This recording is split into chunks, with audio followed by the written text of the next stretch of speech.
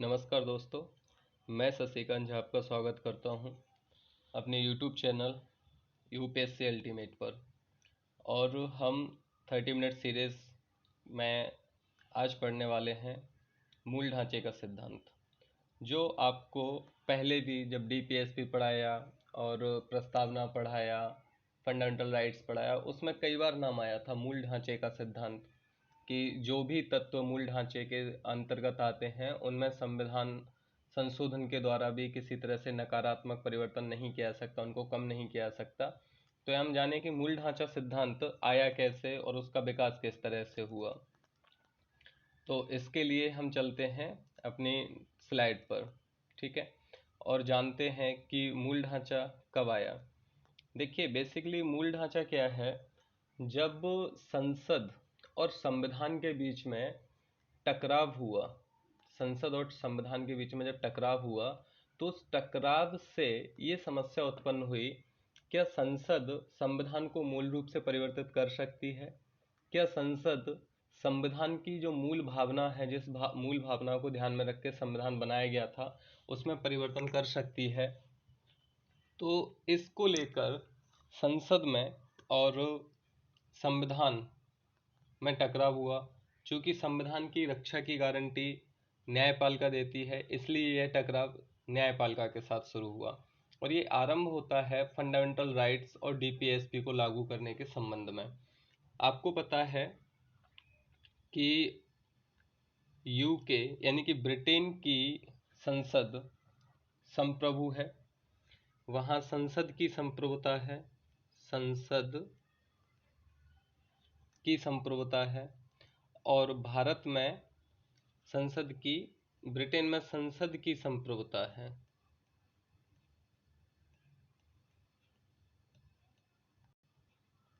और भारत में किसकी संप्रभुता है?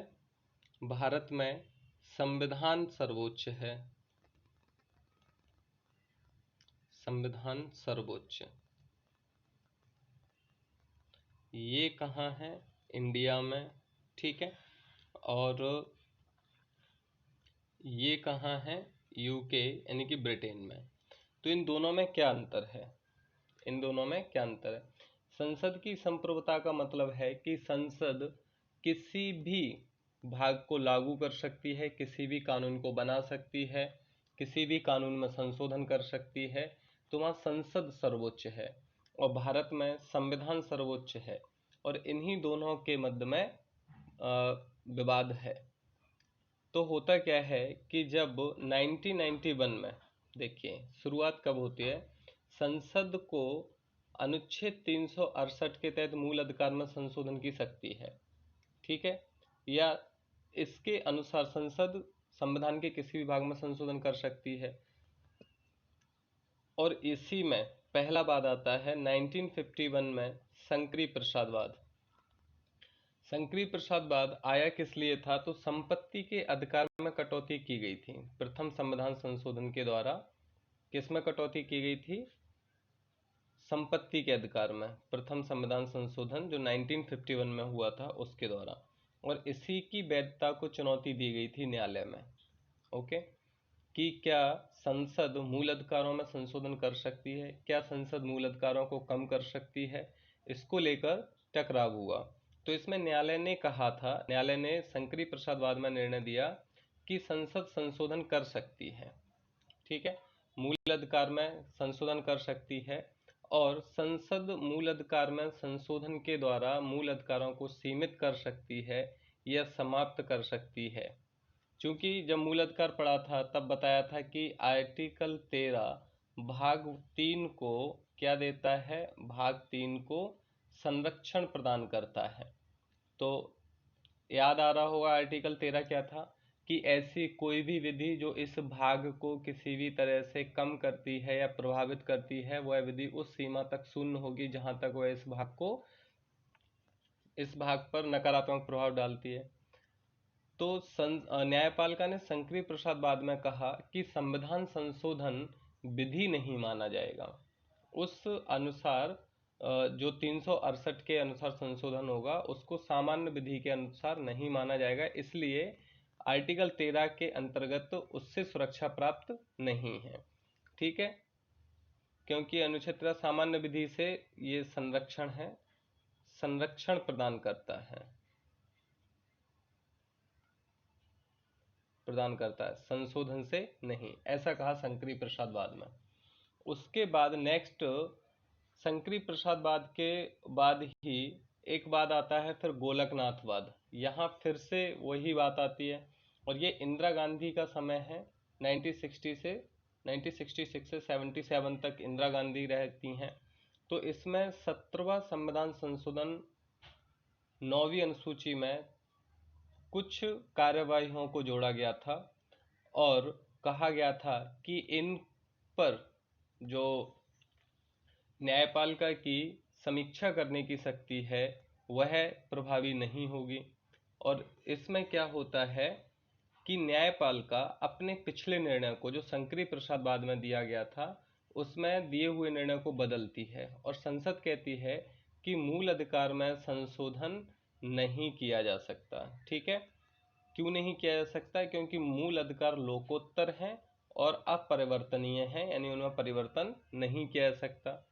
तो ये न्यायालय ने कह दिया। तो इसके प्रतिक्रिया स्वरूप क्या होता है, सरकार, चूंकि देखिए इंदिरा गांधी जी का कार्यकाल पूरा ही बड़ा महत्वपूर्ण है। उन्होंने संविधान में बहुत बड़े परिवर्तन करने की कोशिश की थी और इसके लिए उन्होंने 42वां संविधान संशोधन लेके आई थी। और 42वें संविधान संशोधन के द्वारा उन्होंने बहुत सारे परिवर्तन किए थे। जब हम संविधान संशोधन पढ़ेंगे तब उसमें 42वां संविधान संशोधन, 44वां संविधान संशोधन, 24वां संविधान संशोधन, 7वां संविधान, ये कुछ इम्पोर्टेंट जो संविधान संशोधन इनके बारे में जानेंगे। तो उन्होंने, संसद ने, जब न्यायपालिका ने निर्णय दिया गोलकनाथ वाद में कि संशोधन नहीं कर सकती, तो संसद ने क्या किया, एक संशोधन किया। कौन सा संशोधन? 24वां संविधान संशोधन। और इसमें कह दिया कि अनुच्छेद 13 और अनुच्छेद 368 में संशोधन किया उन्होंने। और संशोधन करके कह दिया कि संसद फंडामेंटल राइट्स में संशोधन कर सकती है, यह अनुच्छेद 13 के अंतर्गत विधि नहीं माना जाएगा। यही संविधान में लिख दिया। अब चूंकि न्यायपालिका का काम क्या है, सिर्फ संविधान की समीक्षा करना और जो संविधान में लिखा है उसकी रक्षा करना, तो न्यायपालिका ने इसमें फिर कुछ नहीं कर पाया। लेकिन न्यायपालिका को ये लग रहा था कि इस तरह से तो पूरा संविधान ही अपनी मूल भावना से बदल जाएगा। जो संविधान निर्माताओं ने उस समय संविधान बनाया था, तो उसको परिवर्तित कर दिया जाएगा पूरी तरह से, तो इससे समस्या क्रिएट हो जाएगी। आगे चल के फिर होता क्या है, एक वाद आता है केशवानंद भारती वाद। बहुत ही इम्पोर्टेंट वाद है ये, और इसमें जो डिसीजन दिया गया वो भी बहुत इम्पोर्टेंट है। ठीक, तो सुप्रीम कोर्ट का ये जो अभी तक की सबसे बड़ी पीठ बैठी थी, इसमें 13 सदस्यीय संविधान पीठ का गठन किया गया। और याद रखना है, यदि प्रश्न आता है कि अभी तक की सबसे बड़ी संविधान पीठ का गठन कब हुआ था, तो केशवानंद भारती वाद 1973 में हुआ था। 13 सदस्यों की बेंच बैठी थी उस समय, और उसने 7-6 से निर्णय दिया था। 7-6 से, यानी कि 7 पक्ष में थे और 6 विपक्ष में थे। केशवानंद भारती कौन थे? तो ये केरल के एक मठ के मठाधीश थे। और इन्होंने ये क्यों किया था, ये न्यायपालिका क्यों गए थे कोर्ट में, इन्होंने याचिका क्यों लगाई थी? तो इन्होंने लगाई थी, इनके मठ की जमीन को उस समय सरकार ने ले लिया था। और चूंकि आर्टिकल 26 मूल अधिकार में धार्मिक मामलों के नियोजन की स्वतंत्रता देता है कि जो धार्मिक मामले हैं उनके प्रबंधन की स्वतंत्रता किसको होगी? उस संप्रदाय को होगी। ठीक है, तो इसमें निर्णय दिया और कहा कि 24वां संविधान संशोधन वैध है, इसको ठीक है वैध मान लिया। और कहा कि संविधान में संशोधन करने की शक्ति किसको है? संसद को है। ठीक, ये भी मान लिया कि संशोधन करने की शक्ति है संसद को। और ये भी मान लिया कि 24वां संविधान संशोधन जो किया है वो वैध है, उसको अवैध नहीं ठहराया। लेकिन इसमें कहा कि इसके साथ ही न्यायालय ने इसमें कहा कि मूल ढांचे का सिद्धांत प्रतिपादित किया जाता है। और जब मूल ढांचे का सिद्धांत प्रतिपादित किया तो पूछा गया कि मूल ढांचा है क्या? तो न्यायपालिका ने कहा कि संविधान की मूल भावना मूल ढांचे के अंतर्गत आएगी। और मूल भावना क्या है? तो मूल भावना ये है कि संविधान किन परिस्थितियों में किन इच्छाओं की पूर्ति के लिए बनाया गया था। इसके साथ ही न्यायपालिका ने कहा कि संसद संविधान में संशोधन कर सकती है, लेकिन उसकी मूल भावना को प्रभावित किए बिना, क्योंकि संविधान में संशोधन करने की शक्ति संसद को प्राप्त है, उसको बदलने की शक्ति प्राप्त नहीं है, उसको पुनः लेखन की शक्ति प्राप्त नहीं है। और यहीं से ये महत्वपूर्ण सिद्धांत मूल ढांचे का सिद्धांत आता है। और मूल ढांचे में किस किस को रख दिया गया? तो मूल ढांचे में फंडामेंटल राइट्स को रख दिया गया, ठीक है, फंडामेंटल राइट्स को रख दिया गया। संविधान की लोकतंत्रात्मक व्यवस्था, गणतंत्रात्मक व्यवस्था को रख दिया गया। संविधान संशोधन की शक्ति को रख दिया गया। न्यायपालिका की समीक्षा की शक्ति को रख दिया गया। और डीपीएसपी और मूल अधिकारों के बीच में संतुलन स्थापित करना, ये मूल ढांचे का अंग होगा। इस तरह की सारी चीज़ों को किस में रखा? केशवानंद भारतीवाद के अनुसार मूल ढांचे के अंतर्गत रख दिया। देखिए, इसमें पढ़ते हैं कि मूल ढांचे का सिद्धांत दिया। इसके अनुसार संसद किसी भी भाग में संशोधन कर सकती है, लेकिन संविधान की मूल भावना को प्रभावित किए बिना। अर्थात आर्टिकल 368 मूल भावना बदलने या समाप्त करने की शक्ति नहीं देता, और ना ही संविधान को पुनः लेखन की शक्ति देता है संसद को। ठीक, इसके बाद इसी जब केशवानंद भारतीवाद 1973 आया, तो उसके बाद सरकार ने फिर एक संशोधन किया। इंदिरा गांधी नेहरूवाद आता है 1975 में। इसमें 39वें संविधान संशोधन को चुनौती दी गई, जिसमें क्या कर दिया था? संशोधन के द्वारा संसद ने व्यवस्था दी थी कि प्रधानमंत्री और लोकसभा अध्यक्ष के चुनाव को सभी न्यायालयों के क्षेत्राधिकार से बाहर कर दिया। यानी कि प्रधानमंत्री के चुनाव और लोकसभा अध्यक्ष से संबंधित यदि कोई विवाद है, तो उस पर न्यायपालिका सुनवाई ही नहीं कर पाएगी, कोई भी न्यायपालिका सुनवाई नहीं करेगी उस पर, उनको सबके क्षेत्राधिकार से बाहर कर दिया गया। तो न्यायालय ने कहा यह प्रावधान मूल ढांचे को प्रभावित करता है, इसलिए इसको रद्द किया जाता है। तो न्यायपालिका ने इंदिरा नेहरू गांधीवाद 1975 में इसको रद्द किया। और जब इसको रद्द किया, तो संसद ने फिर एक बड़ा कदम उठाया, वही 42वां संविधान संशोधन 1976 पारित किया, और अन्य प्रावधानों के साथ यह प्रावधान किया कि संसद की विधायी शक्ति की कोई सीमा नहीं है। इंदिरा गांधी ने क्या करने की कोशिश की? इंदिरा गांधी ने संसद की सर्वोच्चता स्थापित करने की कोशिश की। इंदिरा गांधी ने संसद की सर्वोच्चता, क्योंकि भारत में संविधान की सर्वोच्चता है, और इंदिरा गांधी ने ये बात, संसद की विधायी शक्ति की कोई सीमा नहीं है, इसको कह के संसद की सर्वोच्चता स्थापित करने की कोशिश की। और आगे कहा कि किसी भी संविधान संशोधन को न्यायालय में चुनौती नहीं दी जा सकती, और किसी भी आधार पर। अब सोच के देखिए, ये तो पूरा कंसेप्ट ही बदल दिया। जब संविधान में आर्टिकल 368 का प्रावधान किया जा रहा था, तो संविधान सभा में जब इस पर बहस हुई, तो संविधान निर्माताओं ने कहा था कि यह एक ऐसा प्रावधान है जिसके द्वारा भारतीय संविधान समय और परिस्थितियों के अनुकूल गतिशील बन सकेगा। भारतीय परिस्थितियों के अनुसार उसमें सकारात्मक परिवर्तन किए जा सकेंगे, जिसके कारण भारतीय संविधान हमेशा क्या बना रहेगा? महत्वपूर्ण और प्रभावशाली दस्तावेज बना रहेगा। और इसीलिए उन्होंने संविधान संशोधन की प्रक्रिया को लचीला रखा। लचीला का मतलब होता है कठोर और साधारण का समन्वय करके रखा। यदि आप यूएसए के संविधान संशोधन प्रक्रिया को देखेंगे, तो वह असंभव सा ही प्रतीत होता है। यूएसए में यदि संविधान में संशोधन करना है अमेरिका में, तो उसकी प्रक्रिया बहुत कठिन है। वहाँ संविधान संशोधन हो ही नहीं सकता है सामान्य परिस्थितियों में।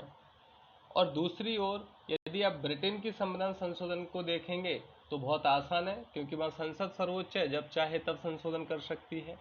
तो भारत में संविधान संशोधन का प्रावधान करते समय, आर्टिकल 368 का प्रावधान करते समय अंबेडकर साहब ने ये कहा था कि हम ऐसा प्रावधान करने जा रहे हैं जिससे भारतीय संविधान हमेशा गतिशील बना रहे। लेकिन इसका मतलब ये कतई नहीं था कि इससे संविधान की मूल भावना को ही बदल दिया जाए। और 368 क्या करता है, दो तरह से संशोधन की व्यवस्था करता है, तीन तरह से, जिसको हम आगे विस्तार में पढ़ेंगे। तीन तरह से कैसे करता है, तो एक तो है सामान्य बहुमत से, दूसरा है विशेष बहुमत से, और तीसरा है विशेष प्लस आधे राज्य।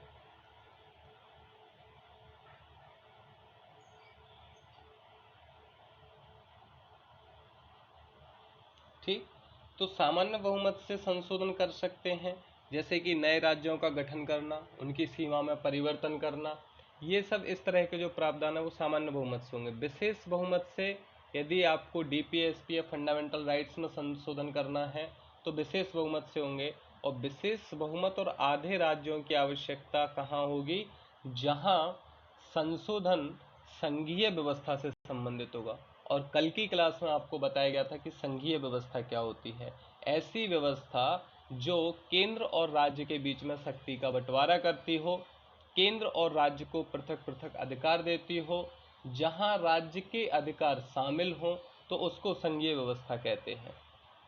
जैसे कि राज्यसभा के चुनाव से संबंधित कोई प्रस्ताव है, संविधान संशोधन है राज्यसभा से संबंधित, राष्ट्रपति के पद से संबंधित कोई प्रावधान है, राज्यपाल से संबंधित कोई प्रावधान है, अनुसूची 7 में कोई प्रावधान है, क्योंकि अनुसूची 7 केंद्र राज्य संबंधों में बंटवारा करती है। तो इस तरह के प्रावधानों के लिए आधे राज्यों की अनुमति चाहिए। तो ये कठोर प्रावधान की श्रेणी है और ये सामान्य प्रावधान की श्रेणी है। तो कहने का मतलब ये था कि इसका प्रावधान 368 का प्रावधान इसलिए किया गया था ताकि संविधान हमेशा के लिए गतिशील हो सके, महत्वपूर्ण बन सके। नहीं तो विश्व में जिस समय भारतीय संविधान बना था उसी समय कई देशों का संविधान बना था और वह संविधान कई बार समाप्त भी हो चुका है। और भारतीय संविधान का महत्व आप इससे समझिए कि वो आज भी प्रभावी है।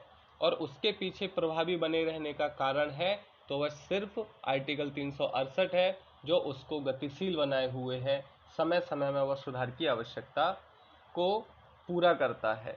लेकिन इसका कतई अर्थ नहीं है कि आप संविधान की मूल भावना को ही बदल दें, क्योंकि संविधान का मूल स्वरूप है लोकतंत्रात्मक संसदीय व्यवस्था को अपनाना। जब हम आगे पढ़ेंगे संसद को तो समझेंगे कि भारत ने क्यों संसदीय व्यवस्था को अपनाया था, जबकि उस समय अध्यक्षीय व्यवस्था भी थी। तो क्यों नहीं हमने अमेरिका की तरह अध्यक्षीय शासन को अपना लिया गया था। उस समय लोकतंत्रात्मक स्वरूप बनाया गया था, क्यों नहीं हमने यूके की तरह संवैधानिक राजतंत्र को अपना लिया गया था, हमने गणतंत्र को अपनाया था। तो इस तरह की चीज़ों को आप बदल नहीं सकते ना। तो यही विवाद था। तो जब इंदिरा नेहरू गांधीवाद में संसद ने कह दिया कि क्षेत्राधिकार से ही बाहर कर दिया, और उसके बाद जब न्यायालय ने इसको अवैध किया और फिर 42वें संविधान संशोधन में तो अति ही हो गई कि संसद की विधायी शक्ति की कोई सीमा ही नहीं है। तो इसके बाद फिर न्यायालय ने कहा और मिनर्वा मिल्स बाद 1980 आया। इसमें न्यायालय ने 42वें संविधान संशोधन को 1976 के उस प्रावधान को अमान्य कर दिया जो कहता था कि न्यायिक समीक्षा नहीं की जा सकती या संसद की शक्ति से असीमित है, उस पर कोई रोक टोक नहीं है। और याद रहे 1980 में जनता सरकार आ जाती है। यहाँ पर आपातकाल के बाद जब चुनाव होते हैं तो किसकी सरकार गिर जाती है, इंदिरा गांधी की सरकार गिर जाती है। और आपको पता है कि 42वें संविधान संशोधन से जितने परिवर्तन किए थे 44वें संविधान संशोधन से उन सबको पुनः स्थापित किया गया था। और 44वां संविधान संशोधन 1978 में आया था। और यहाँ मिनर्वा मिल्स बाद 1980 में संसद ने न्यायपालिका ने 42वें संविधान संशोधन 1976 के इस वाले प्रावधान को अवैध घोषित कर दिया कि संसद की विधायी शक्ति की कोई सीमा नहीं है और वह कहीं भी संशोधन कर सकती है और मूल अधिकारों को समाप्त कर सकती है। ठीक है। तो और मिनर्वा मिल्स बाद में ही कहा कि न्यायिक समीक्षा मूल ढांचे का अंग है और इसको समाप्त नहीं किया जा सकता। न्यायिक समीक्षा मूल ढांचे का अंग है। क्यों? क्योंकि संविधान की सुरक्षा की गारंटी सुप्रीम कोर्ट की है और चूंकि सुप्रीम कोर्ट उस चीज़ की गारंटी देता है तो उसका मूल हथियार तो समीक्षा करना ही होगा ना। जब आप उसके मूल हथियार को ही समाप्त कर देंगे तो वो उसकी गारंटी नहीं, उसको सुरक्षा प्रदान नहीं कर पाएगा संविधान को। और जब संविधान ही सुरक्षित नहीं रहेगा तो यहाँ विधि के शासन की जगह व्यक्ति का शासन स्थापित हो जाएगा। और इंदिरा गांधी ने वही करने की कोशिश की थी। उन्होंने विधि के शासन की जगह व्यक्ति का शासन स्थापित करने की कोशिश की थी। जब तक सारा कार्य संविधान के अनुरूप चल रहा है तो वह विधि का शासन है, और जब सारा कार्य सरकार के अनुरूप होने लगे तो उसे व्यक्ति का शासन कहेंगे। और क्या व्यक्ति का शासन ठीक रहेगा या संविधान का शासन ठीक रहेगा, आप समझते ही हैं। यदि व्यक्ति का शासन आ गया तो आपको पता है हर सरकार किसी न किसी पार्टी की होती है और हर पार्टी की अपनी एक विचारधारा होती है। जब उस पार्टी की सरकार बनेगी तो वह अपनी विचारधारा लोगों पर थोपने की कोशिश करेंगे और इससे क्या होगा, देश अशांति की ओर बढ़ता चला जाएगा। तो इस बात को समझने की जरूरत, और यही मूल भावना है, यही मूल ढांचा है और यही मूल ढांचे का सिद्धांत है। इसीलिए न्यायपालिका ने कहा कि न्यायिक समीक्षा करना हमारा मूल ढांचे का अंग है, इसमें आप किसी भी तरह से संशोधन नहीं कर सकते, समाप्त नहीं कर सकते, कम नहीं कर सकते। ठीक, तो ये बात क्लियर हुई होगी कि व्यक्ति का शासन और विधि का शासन क्या होता है। विधि का शासन वो होता है जो संविधान के अनुरूप चले, और जब शासन संविधान के अनुरूप चल रहा होगा तो सब सुरक्षित होंगे, सबके लिए समानता होगी। ठीक है। और उसके बाद मूल ढांचे के तत्व कौन कौन हैं, अब इनको हम जान लेते हैं। संविधान की सर्वोच्चता मूल ढांचे का तत्व है। संसद संविधान से ऊपर नहीं हो सकती। भारत में सबसे ऊपर संविधान है, संविधान से ऊपर कुछ नहीं होगा। न धर्म, न जाति, न पंथ, न लोग, न सरकार, कोई नहीं होगा। दूसरा, लोकतंत्रात्मक व्यवस्था, गणराज्य स्वरूप, पंथ निरपेक्ष, सार्वभौमिकता, ये सब मूल ढांचे के अंग हैं। आप इनमें संशोधन नहीं कर सकते। ये नहीं कर सकते कि पंथ निरपेक्ष की जगह आप यहाँ धर्म विशेष का शासन स्थापित कर दें, या एक धर्म के लिए। पंथ निरपेक्ष का मतलब क्या होता है, राज्य का यानी कि सरकार का कोई धर्म नहीं होगा, वो उसके लिए सभी धर्म समान होंगे, वह किसी धर्म ग्रंथ से संचालित नहीं होगा। जो देश धर्म से संचालित होते हैं उसे धर्म तंत्र कहते हैं। वहाँ निरपेक्ष शासन, धर्म निरपेक्षता नहीं होती है। तो भारत धर्म निरपेक्ष है। ठीक। गणराज्य का मतलब होता है जिस देश का सर्वोच्च पद कैसा हो, सबके लिए खुला हो, उसको गणराज्य कहते हैं। कोई भी व्यक्ति अपनी योग्यता सिद्ध करे राष्ट्रपति का चुनाव लड़ सकता है। लोकतंत्रात्मक क्या होता है, जहां लोगों के द्वारा शासन किया जाता हो। और लोकतंत्र के दो स्वरूप होते हैं, एक प्रत्यक्ष लोकतंत्र होता है और एक अप्रत्यक्ष लोकतंत्र होता है। प्रत्यक्ष लोकतंत्र में क्या होता है, सीधे तौर पर जनता अपने लिए विधान बनाती है और स्वीकार करती है, इसको प्रत्यक्ष लोकतंत्र कहते हैं। और अप्रत्यक्ष लोकतंत्र क्या होता है, जनता के द्वारा चुने हुए प्रतिनिधि जाकर जनता की ओर से विधान बनाते हैं और जनता का पक्ष रखते हैं, उसको अप्रत्यक्ष लोकतंत्र कहते हैं। और भारत में अप्रत्यक्ष लोकतंत्र है क्योंकि हम अपने लिए विधायक और सांसद चुनते हैं जो सरकार में बैठते हैं और हमारे लिए कानून बनाते हैं और व्यवस्था बनाते हैं। शक्ति का पृथक्करण ये भी क्या है, मूल भावना है। शक्ति का पृथक्करण का मतलब होता है विधायिका, कार्यपालिका और न्यायपालिका में अलग अलग शक्तियां निहित होंगी। चूंकि भारत में संसदीय व्यवस्था है और संसदीय व्यवस्था की अनिवार्य आवश्यकता होती है कि विधायिका और कार्यपालिका में पूर्ण पृथक्करण नहीं होता। क्यों? क्योंकि कार्यपालिका यानी कि सरकार, विधायिका यानी कि संसद, और आपको पता है कि सरकार संसद के प्रति जिम्मेदार होती है। सरकार में जो लोग होते हैं वो संसद से आए हुए लोग होते हैं, यानी कि सांसद होते हैं, चाहे वो लोकसभा या राज्यसभा का हो। हालांकि यह भी व्यवस्था है भारत में कि कोई भी व्यक्ति जो संसद का सदस्य नहीं है अधिकतम 6 महीने तक सरकार में पद धारण कर सकता है, यानी कि मंत्री बन सकता है। लेकिन आप जब अमेरिका की अध्यक्षीय शासन प्रणाली के बारे में समझेंगे तो जानेंगे कि अमेरिका में ऐसी व्यवस्था है कि वहाँ कार्यपालिका और विधायिका में पूर्ण पृथक्करण है। कार्यपालिका यानी कि सरकार, विधायिका यानी कि संसद के प्रति जिम्मेदार नहीं होती है। जब हम संसदीय व्यवस्था को पढ़ेंगे तब इसको और विस्तार देंगे। लेकिन भारत में न्यायपालिका स्वतंत्र है, निष्पक्ष है, तो ये शक्ति पृथक्करण मूल ढांचे का अंग है। दूसरा, संघीय स्वरूप, एकता, अखंडता, कल्याणकारी राज्य, ये भी मूल ढांचे का अंग है। आप संघीय स्वरूप को नहीं बदल सकते, संघीय स्वरूप को समाप्त कर एकात्मक शासन नहीं स्थापित कर सकते। ठीक। संसदीय व्यवस्था ये एक मूल ढांचे का अंग है। कानून का शासन मूल ढांचे का अंग है। न्यायपालिका की स्वतंत्रता और न्यायिक समीक्षा ये सब मूल ढांचे के अंग है। संविधान संशोधन की शक्ति भी मूल ढांचे का ही अंग है। ठीक है।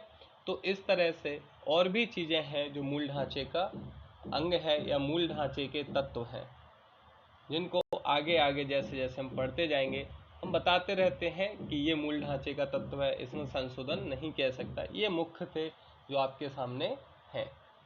तो मूल ढांचा समझ आया होगा आपको। 3 बात याद रखने हैं। सबसे पहले शंकरी प्रसाद वाद। शंकरी प्रसाद 1951 में आया और इसमें प्रथम संविधान संशोधन को चुनौती दी गई थी, जिसमें न्यायपालिका ने कहा कि संसद संशोधन कर सकती है। ठीक है। और उसके बाद दूसरा आता है गोलकनाथवाद। दूसरा कौन सा है? गोलकनाथवाद। 1967, जिसमें कह दिया कि संसद संशोधन नहीं कर सकती।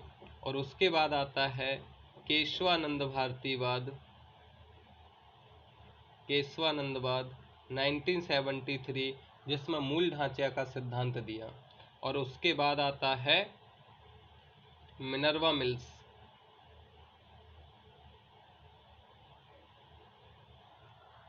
उसके बाद आता है मिनर्वा मिल्स। ठीक। जिसमें कहा कि मूल ढांचे में संशोधन नहीं कर सकती। तो इस तरह से ये मूल ढांचे का सिद्धांत था जो बहुत ही आवश्यक सिद्धांत है। ठीक है। Thank you. कल फिर मिलते हैं नेक्स्ट क्लास में।